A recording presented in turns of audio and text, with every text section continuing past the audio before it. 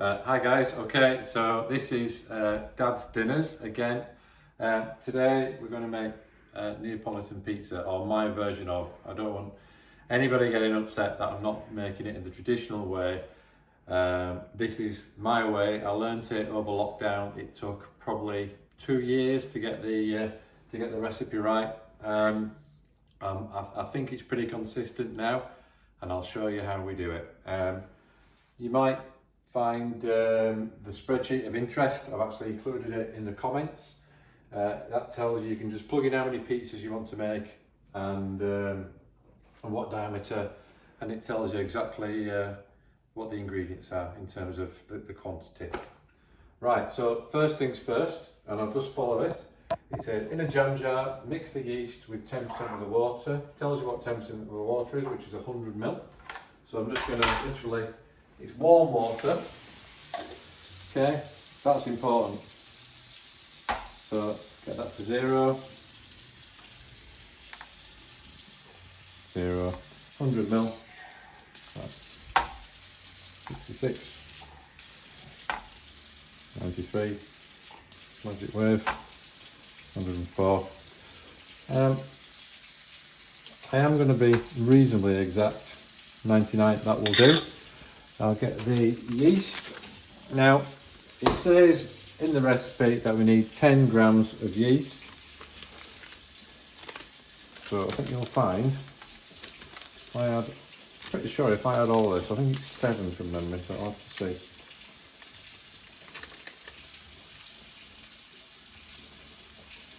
Yeah, 7 grams.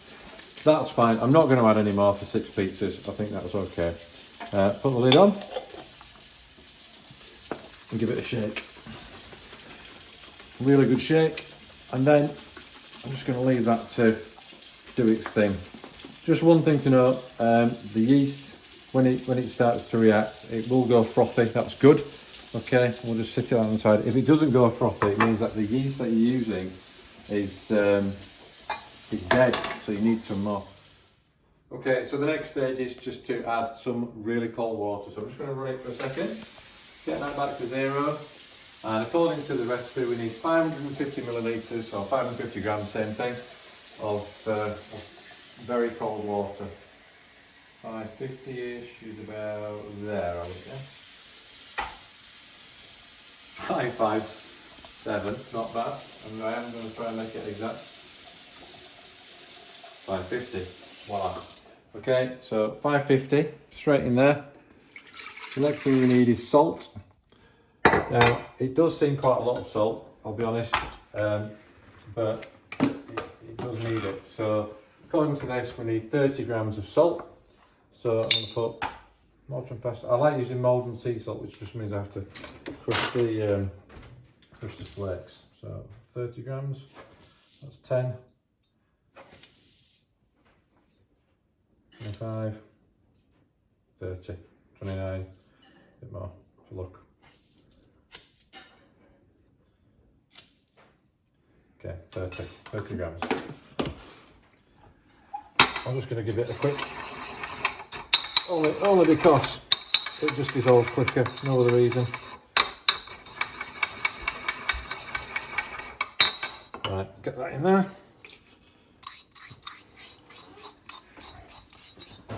It is for 6 pieces, but it does look a lot of salt, I know it is. But, trust me on the salt. Give that a bit of a stir. This is the Dutch whisk, by the way. I really recommend one of these. They're absolutely superb when you're making dough. Right, leave that to dissolve. Now we need to look at the flour. Now the flour is fairly easy because we're making 6 pieces at 12 inch. You actually need 1,000 grams. Now one of these, a kilogram, is 1,000 grams. So very, very easy. I'm just going to tip it in here. And the only reason why, in fact, I don't even need to tip it. No, I'm going to tip it in there. Don't really need to do that, but I'm going to do it anyway. I'll tell you why I'm going to do it. Because I'm going to add some diastatic malt. The diastatic malt, if you're cooking the pizzas slowly, like I'll be doing on a barbecue, it takes me 6 minutes to do it on the barbecue on a hot plate. If you've actually got a pizza oven that can cook them in around about a minute, which is what these unis and whatnot can do, You probably don't need the diced amount. All this does is give the edge a nicer appearance. It makes it go a little bit darker, browner, makes it look more like a pizza. Anyway, it works for us, so that's what I'm going to add. So we need, according to the recipe, 20 grams of that. So try and add 20 grams. 15. 20. Okay, and I'm just literally stir it in. I'm going to part of the flour. Now, I'll try and get this salt dissolved. Now, what's really important, the reason why we do it this way is because if the yeast came into contact with the salt, it seems to kill the yeast. So the advice is to dissolve the salt in the water, start adding the flour, around about maybe 10%. So give that a whisk. You can see how this really comes into its own now. Now, I don't know the chemistry behind it, but when you whisk the flour in and then put the yeast in, it doesn't seem to kill it. So if anybody knows why, maybe they could let me know. That's all I'm going to put in.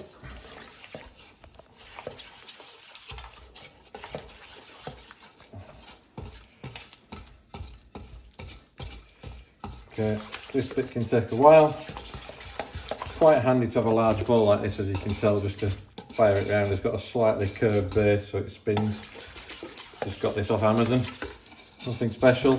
It's got the yeast, got the whisk off Amazon as well.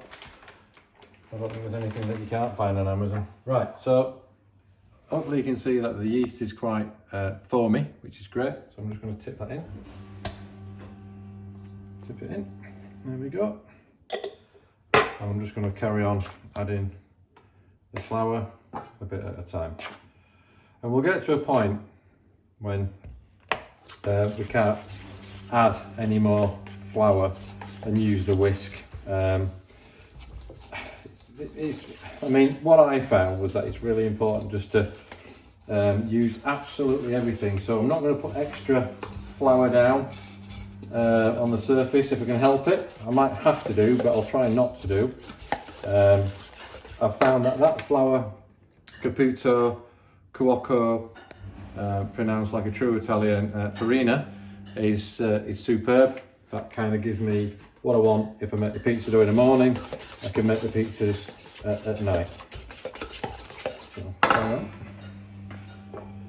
and I have tried lots and lots of different flours, and that, for me, that seems to be the best. I buy 10 bags at a time, again from Amazon, and I'm not sponsored by Amazon, but that cost me £25 for 10 bags.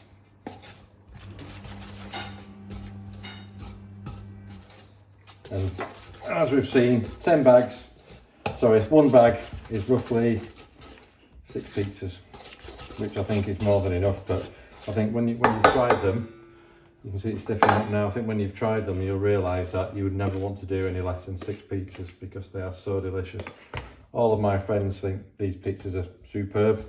No one's ever said anything bad about them. There's always a first time after today's video, maybe. And we have had our fair share of disasters as well. Okay, so you can see that it's getting quite stringy. All I'm going to do is take the watch off and get my hands in. Hands are nice and clean.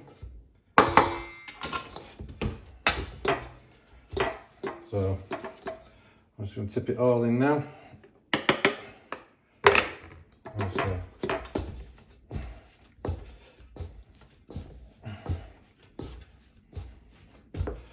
Go around, so use it all, and eventually we can't do too much more in here, so we're just going to tip it out onto the work surface.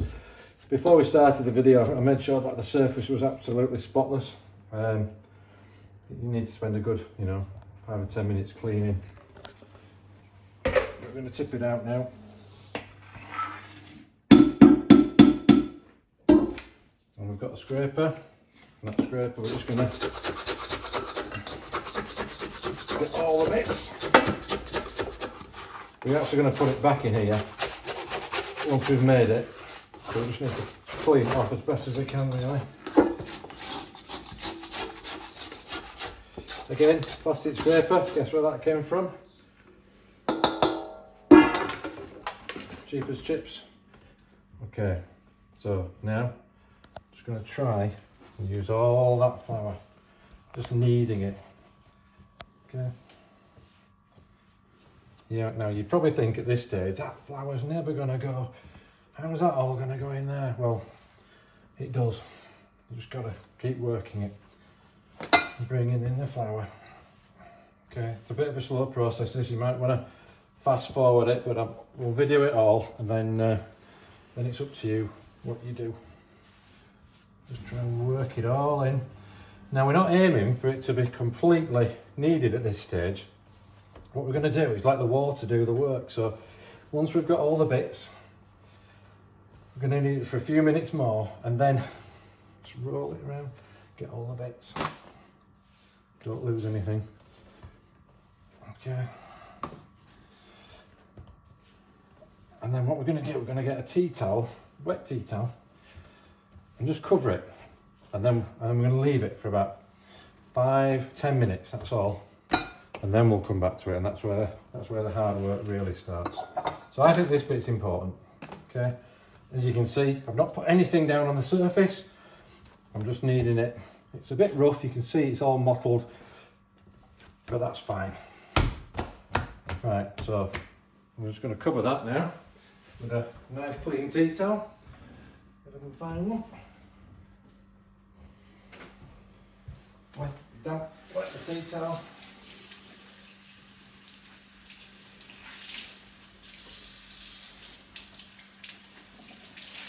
If you don't do this, if you don't put a damp tea towel on, you get a skin on the dough. Just tuck that in, nice and damp. I'm just going to leave it now, and that just wants to stay there for about 5 or 10 minutes, and just let the water do the work, and then we'll come back and we'll stretch it and knead it properly. Okay, we're back again now. It's just had 10-15 minutes. I'm just going to uncover it. Just put that on there for a minute. You can see it's actually changed its texture now. So what we're going to do, we're actually going to start to knead it properly. So it's literally a stretch and tear technique. One way and then the other way, and then what we're going to do, just carry on like this. There's a number of techniques. You can go around in the middle as well, so it all comes out around the outside, and then fold it in any way you like, as long as you're starting to engage the gluten in the dough. That's all you want to do. So it literally is a pull and stretch and tear technique, and we're going to do this. It's going to heat up actually. Now, I saw in a video when I was learning how to make the pizza dough that you should knead it until the internal temperature reaches about 74 degrees. Now, the video was taken in Italy, and I can't help but think that had something to do with it, because I've rarely reached 74 degrees unless I've spent like 20 minutes kneading, and I think it's unnecessary. So I'm not going to spend 20 minutes kneading, but I am going to spend maybe 10 minutes just to make sure it's the gluten starts to form by stretching the dough. So I'm going to stop the video there. You've got to carry on, okay? And then you'll know when it's ready, when it feels different. You can actually feel and see it's a lot smoother, is the dough. At the moment you can see it's quite rough. We're going to try and make it much smoother than that. Okay. So I've been working the dough now for about 10-15 minutes. It feels stickier, feels a lot smoother. As you can see, the texture's changed. I'm going to set the temperature inside. What does that say? 73.8. Whoa. 0.9. 73.9, I'm going to say that's close enough to 74. Oh, it's 74.3 now, so definitely close enough. So it's ready. What I'm going to do now, so the recipe calls for some oil. I've not put any oil in the dough, but I do need it for the bottom of the bowl for when it rests. Traditionalists probably wouldn't do this, but I think it works. So just put a tiny little bit of oil on the bottom. Use the back of my hand just to literally finely coat the bottom of the bowl. I'm going to put the dough in there, making sure I've got everything. And again, I didn't use any extra for, and then I'm just going to, a little bit on top, smidge, and I'm just going to rub that in.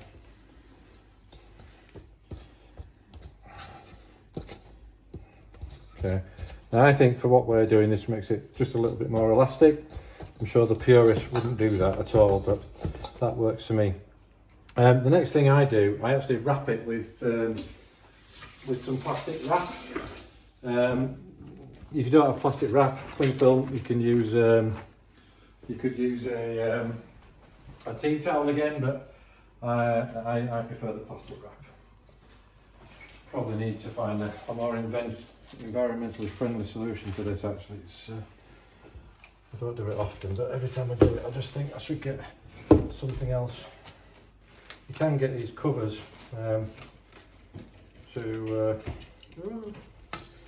might be going with the that doesn't look so good, does it? There we go. You can get these covers for bowls, so they just stretch and you can reuse them. That might be a better idea. Just give it a wrap and then try and keep all the air out. A couple of times round, like that. And then seal it. Now I'm going to let that sit. That's going to sit for probably about 5 hours. That's how long it needs. So I'm going to put it in a cool place. We've got a cellar, so I'm going to put it in the cellar. Now some people might suggest you can put it in the fridge. If you put it in the fridge, it's probably better to make the pizzas the next day. A lot of people like to put it in the fridge because the longer it takes the dough to mature, the more flavour you will have from it.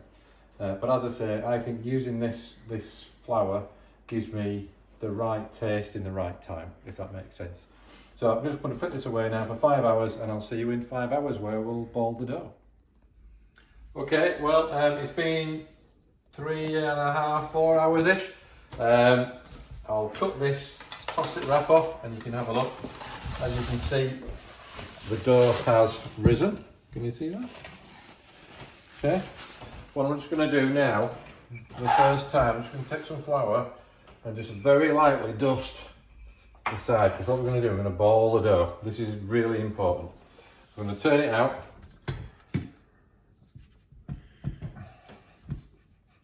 Honest. Loosen it. I'm not going to, the last thing I want to do is get rid of any air in it. It's coming now. There we are. Okay, so I don't want to do much to that. I'm going to turn the scales on, and then if you look at the recipe, it was 286 grams per each dough ball. Okay, we're going to cut 286 grams. 200.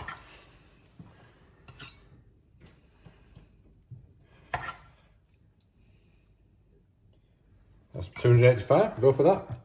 Right, so what I do, I fold it up, compress it, turn it around 90 degrees, fold it up, push it down, fold it over, push it down, fold it over, push it down. So the seam is on the top, fold it over, push it down, and keep doing it, right?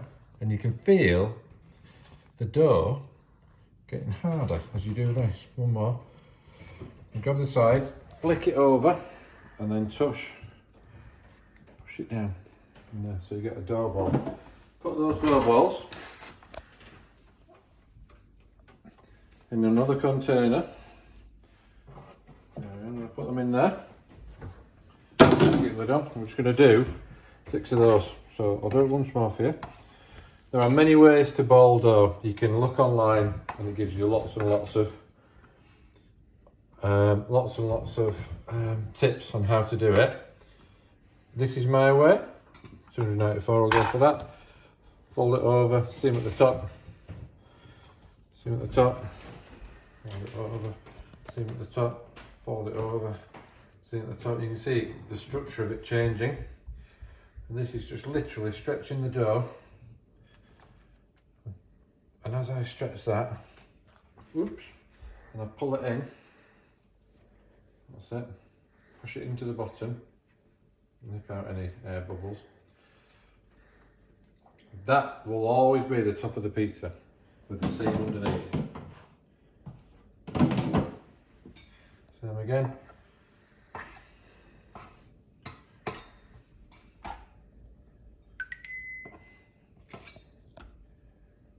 Six, 4,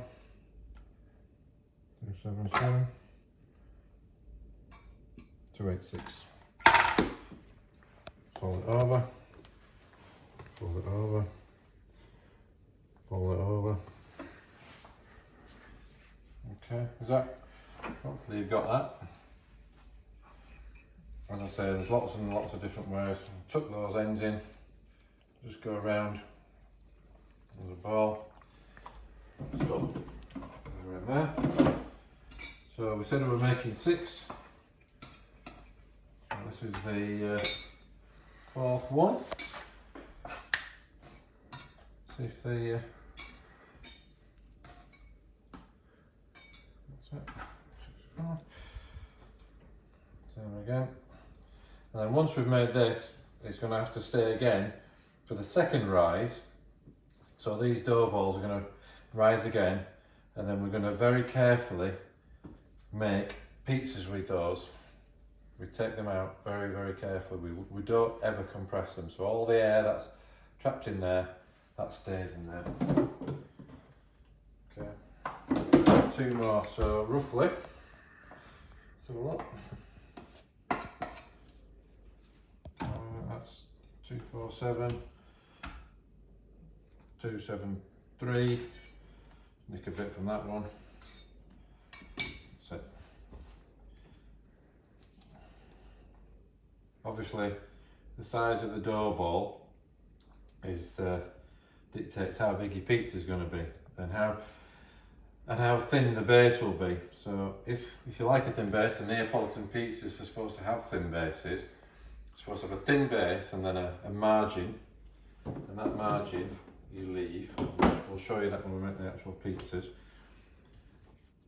Okay, so that goes all fluffy, and the base goes charred. And in theory, this would be charred, soft, and chewy. Okay, right, that's it. So voila, dough balls with a nice stretched surface. So they're going to go in there.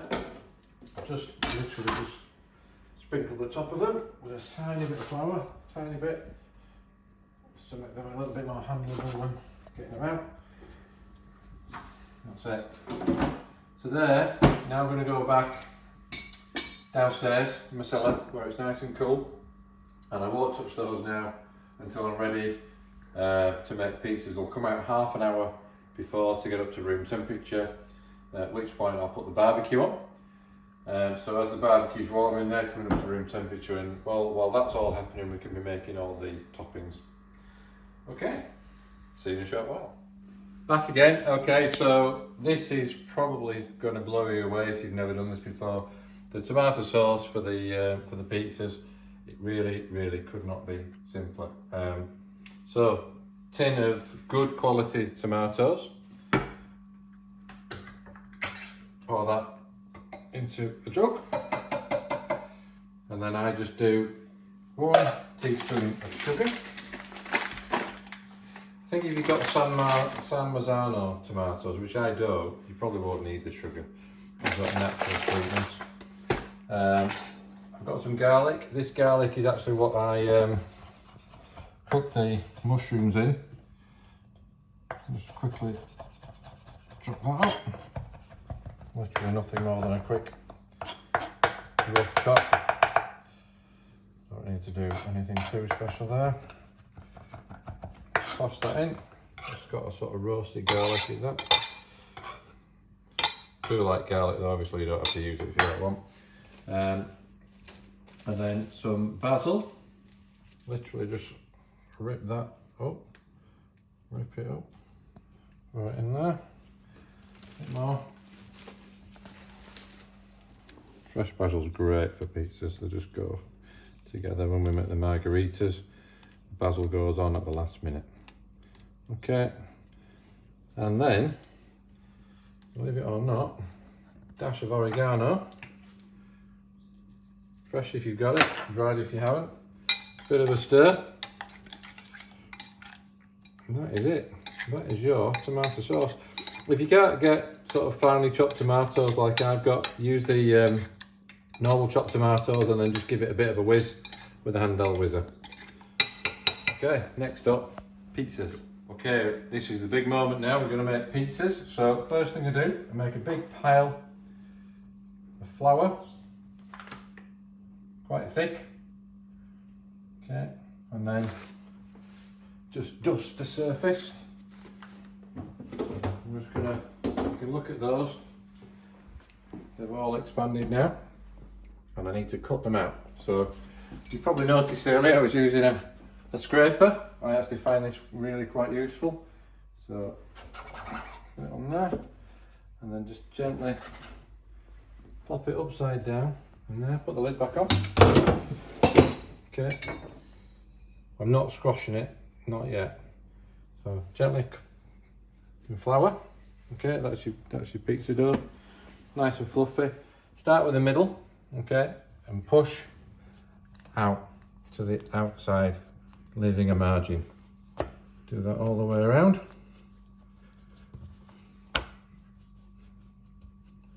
Always working from the middle out, leaving that margin. Okay, turn it upside down. Do the same. Now, I really can't flip pizzas like the professionals do. It takes a lot of practice. Remember, that's the bottom. So pull, throw, pull, throw, pull, throw, pull, throw. Okay, when it starts to thin out a little bit, wish somebody could show me how to do this properly. So what I do, go around my fingers, so I'm turning it as I go. Okay, and I'm spreading out my hands as well. It's getting thinner and thinner. Okay, that's the bottom, and then I'm just going to go around. This is called the steering wheel. I have to do this real quick. Hopefully you won't have any tears in it. If you do, try and patch them up. We are just about there, I would say. That's the back.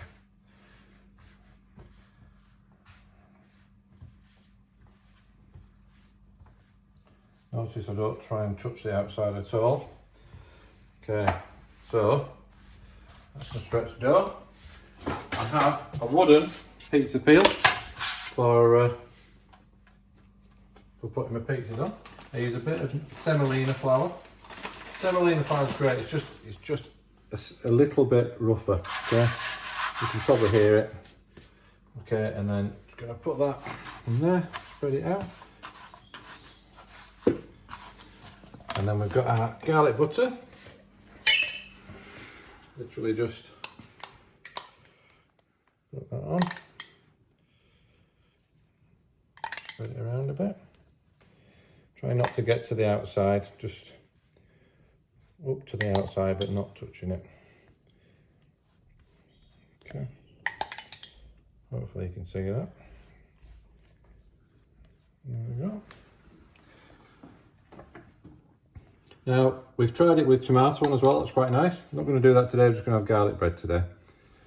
Okay, so that's all I'm going to do. Give that a bit of a shake. I've got a timer somewhere. Put this on, this timer. Normally it takes 6 minutes because it's not got a full topping on. I'm going to do 4 minutes. Okay, let's go and get it on the barbecue. So I'll just press go now. This has been on for about half an hour. There we are. So we'll see what it's like when we come back.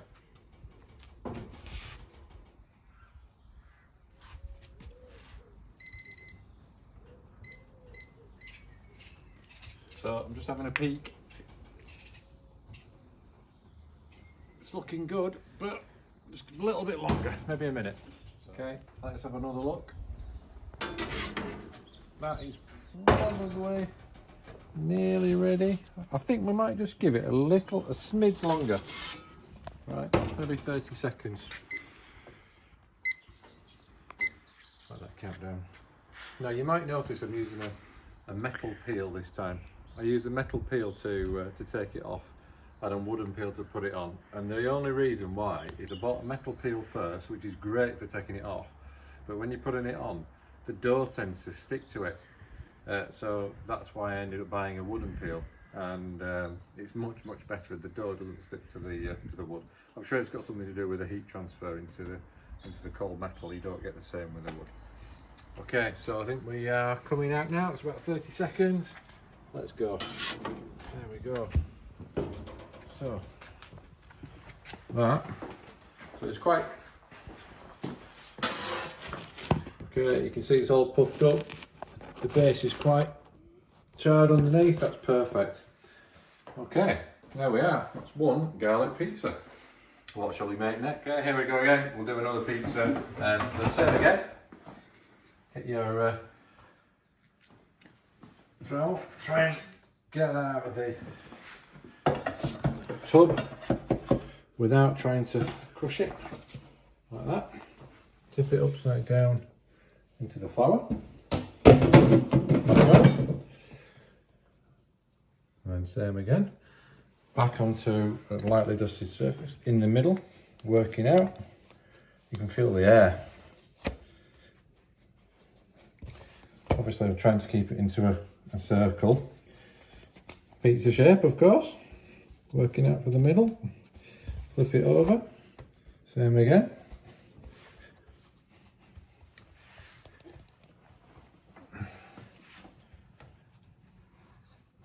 I don't try and touch that actually, that bit in the middle. It's right, and then back over to the right side. Pull, flop, pull, flop.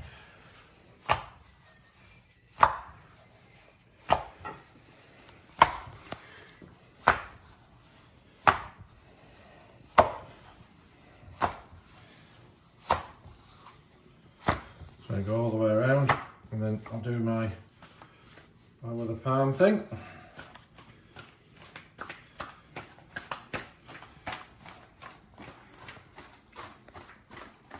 Love to be able to spin it over my head now, or maybe I wouldn't. Right, that was looking pretty damn good, so I like that. So pull it and twist it, get the board, bit of flour, bit of semolina, not too much, just to give it a nice surface to roll off on. Okay, this time we're going to go in with the tomatoes, so not too much. That's it. That looks very nice. We're going to try a little bit of mozzarella. This mozzarella comes from a farm, Yesterday's farm in bit of ice there, in East Lothian. Absolutely stunning it is. So I can hardly recommend that. We freeze it. Obviously a bit too frozen is this one by the look of it. Anyway, they're fine. Put that on, and then this one we're going to make a margarita, not margarita, a Hawaiian. So earlier I caramelised some pineapple with chili and honey in some bacon fat. Okay. Not an accident. And then we've got some bacon as well. I'm just going to sprinkle that over the top. like that. That looks illegal, doesn't it? That looks amazing. Okay, a bit of oregano. Sprinkle. And actually, it probably can stand a couple of jalapenos because we like it hot. Okay, that'll do. Right, bit of a shake and on it goes.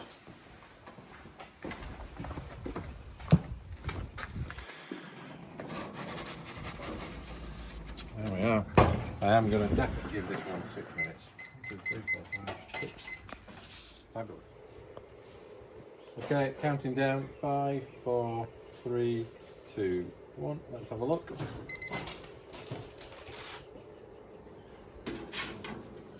I would say that was pretty damn good. There we go. 1 Hawaiian pizza. So what we're going to do, we'll carry on. We'll stop the video now, but we'll just cut these and then take pictures and put also at the end of the video.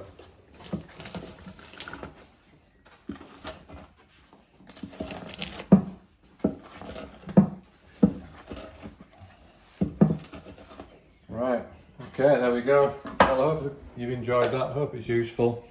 And if you've got any comments, I'd love to hear them.